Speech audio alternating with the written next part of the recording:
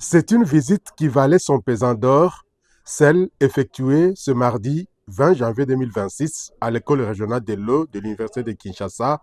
et au Centre de recherche en ressources en eau du bassin du Congo Crébac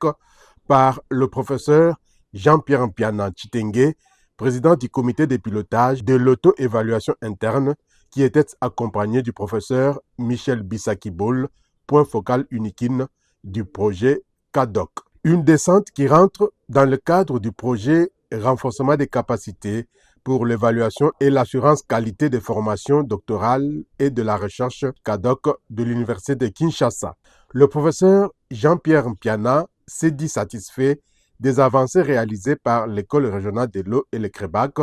dans ce processus d'auto-évaluation dont le rapport sera présenté dans les 48 heures qui suivent. Nous sommes venus rendre visite à ces deux structures pour voir comment elles évoluent dans leur processus d'auto-évaluation, de telle sorte que nous puissions être en ordre utile par rapport aux échéances que nous sommes fixées. Alors là, nous venons de voir les directeurs, nous avons échangé et nous sommes très satisfaits du niveau atteint à ce jour, avec les recommandations que nous avons formulées. D'ici jeudi, à ces mêmes heures ici,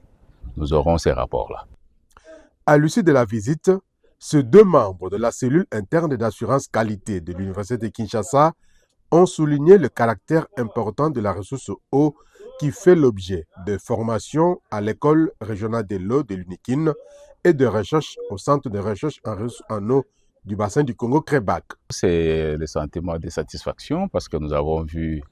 combien c'est très bien organisé, les équipements, les étudiants qui sont là, qui suivent les enseignements dans un programme bien structuré et dans les conditions qui sont plus ou moins acceptables par rapport à notre environnement. Et les différentes filières qui sont développées sont très importantes, non seulement du point de vue scientifique, mais du point de vue social, parce qu'elles coïncident justement avec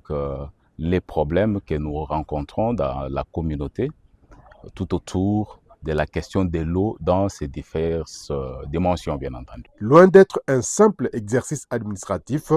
l'auto-évaluation présente une opportunité stratégique car elle permet de valoriser les bonnes pratiques, d'identifier les points faibles comme levier d'amélioration et surtout de consolider une culture qualité au sein de l'université.